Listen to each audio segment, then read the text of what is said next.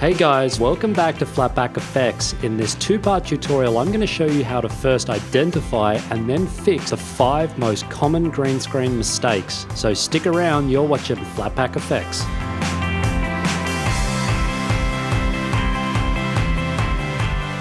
So as we know, we've all seen the potential that a green screen can bring to your production. But if you've ever tried using a green screen, you would have probably seen or at least run into a few issues along the way. In this two-part series, I'm going to take a look at the 5 most common issues you'll find whilst using a green screen. In part 1, I'll show you how to identify the problem at the point of filming to help avoid the issue. And in part 2, I'll show you how to firstly pull a key and then show you how to approach fixing these common issues inside of After Effects. So here I'm using a basic green screen or chroma key set, this whole setup only costing under $300. I'm using a cheap setup because A, we don't all have access to multi-million-dollar facilities, and B, if you can pull a good key from a cheap setup like this, then you'll be fine to pull a key off a properly calibrated screen.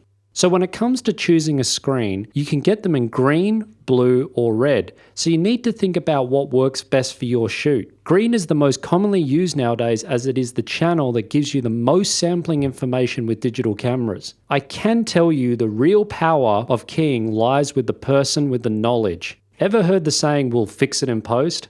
It basically means do it right on set so you don't have to spend hours fixing it in post. To be honest, I fix most things in post-production because I know what I can and can't do. Most things can be fixed in post, it's just how long do you want to spend doing it. If you understand the problems, you'll actually find it quicker to fix some things in post than to move your entire set to accommodate for one fault. This will just come with experience and discovering what your boundaries are. Either way, let's have a look at a few of the most common issues you'll run into. So the first issue is generally associated with cheaper green screens. The first is the fact that you'll be able to see through it. You can see as I hold this up to the window, you can see the light spilling through. A simple fix is just to double or triple fold it to avoid the light spilling through. The next issue with a cheaper green screen is you need to make sure that it's taut on the frame. Use some clamps and clamp it to the frame. This will avoid crinkles and waves and will also help stop movement in the wind. When you start adding lights to your scene, you may find you get very dark shadows on your screen. This comes from not having a fill light or proper screen lighting. A quick fix is just to add more light to the background. Direct more of your light into the darker area to lighten the shadows. A 3-point lighting setup is more than sufficient to light a basic green screen. You should aim to have your background lit as much as possible.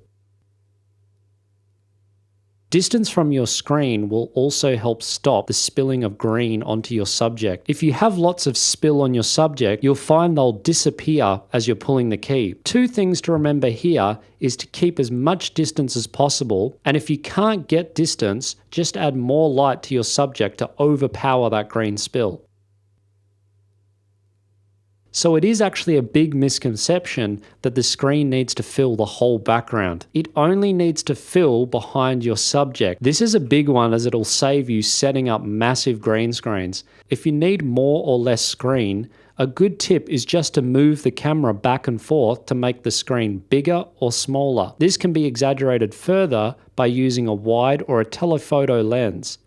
If your subject moves outside of the screen, then your only option is to rotoscope. The biggest issue you'll find when using green screen is uneven lighting or difference in lighting. This is caused when you have one light brighter on one side than the other. This can be avoided by moving lights further or closer to the screen. A really good tip here, which may sound silly, is to adjust your lighting while wearing dark sunglasses. This will actually help you see the differences in lighting better. Another option is to turn up your shutter speed to make the screen really dark. This will help you see where the screen is lighter and darker.